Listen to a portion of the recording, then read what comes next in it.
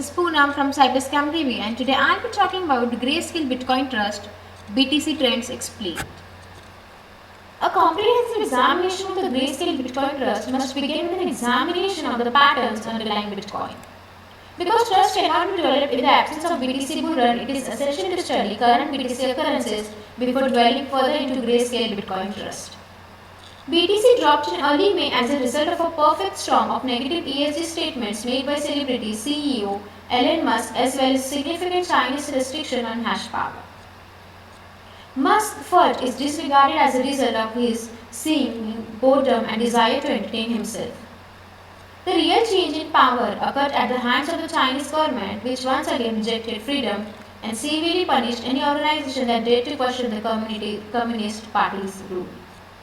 I believe the selling frenzy was fueled by a mix of forced liquidation by traders who had leveraged themselves out of a job and money required to transfer miners from the Chinese area. Due to the high expense of reliquidating a large-scale mining operation, it is likely that more BTC was sold to finance the relocation, putting further pressure on the market. The Chinese government's prohibition on cryptocurrency mining has resulted in a significant drop in Bitcoin's difficulty factor. The network automatically changes the difficulty level of mining a new currency in accordance with the amount of available hash power. Every 2016 blocks, the change happens, ensuring the network's health. The most recent difficulty adjustment was raised by 6.03%, halting the precipitous decline momentarily. Finally, the adult in the room was forced to flex some muscles and restore order to the tumultuous cryptocurrency markets. Cathy Wood of ARK Funds should be praised for her foresight in hosting the B-Word's first episode. Wood deftly teamed Musk with Bitcoin pioneer Jack Dorsey for a frank debate about Bitcoin. Musk expressed his support for Bitcoin in his trademark humorous manner, while Dorsey kept a calm, relaxed demeanor. The B-Word was a vibrant event that served as a watershed moment for BTC. I postponed releasing an update to give myself sufficient time to see whether Bitcoin can break over the top of its current 3-month trading range. If the bounce does not succeed in doing so, it suggests that the bounce was just a successful retest of the low with a failure at the top.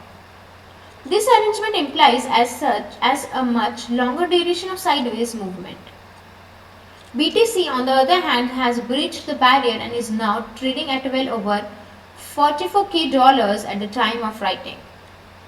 Bear in mind that owing to the fixed supply and continual reduction in new supply as a result of periodic halving, BTC is ideally suited for continuing price appreciation as the commodity gets more difficult to acquire, which is why we are aggressively holding. Grayscale Bitcoin Trust is an excellent method for people who are limited in their ability to buy crypto assets to get exposure. But it is not my favorite. My tepid support is due to the system's one-of-a-kind trust structure. Grayscale Bitcoin Trust is a trust that lacks the redemption feature found in most exchange-traded funds, that is ETFs. If an ETF ever falls below its net asset value, an investor may demand the equivalent in shares, ensuring that the ETF stays close to its net asset value. A Grayscale Bitcoin Trust speculator cannot get his or her hand on BTC. Worse, the administration charge is paid by a monthly decrease in the amount of Grayscale Bitcoin Trust represented by each share. Grayscale Bitcoin Trust is now selling at a discount of 7% to its net asset value, continuing a trend that started in late February. Grayscale Bitcoin Trust used to trade at a significant premium to net asset value prior to turning negative, but those days are long gone now that Canada has launched a slew of BTC pure play ETFs that have, in my opinion, stolen some of Grayscale Bitcoin Trust thunder. My interest in Grayscale Bitcoin Trust stems entirely from the large Bitcoin holdings. I think that a Bitcoin ETF with a US domicile will become available in the future, most likely around 2022.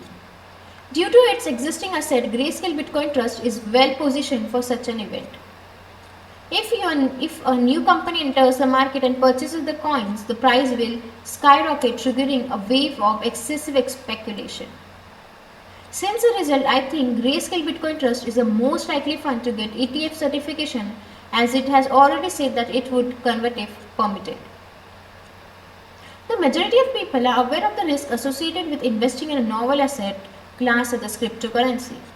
There is no need to add anything that has not been mentioned previously. I had want to call attention to recent developments in Washington, particularly in the Senate.